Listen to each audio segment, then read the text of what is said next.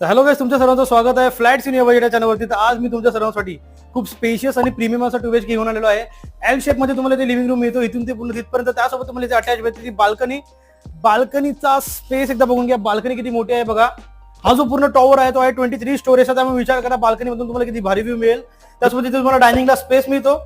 इथे जो आहे तो सर्व्हिस प्लॅटफॉर्म किचन आपल्याला मिळतो. त्यासोबत इथे भेटते आपल्याला ड्राय बाल्कनी.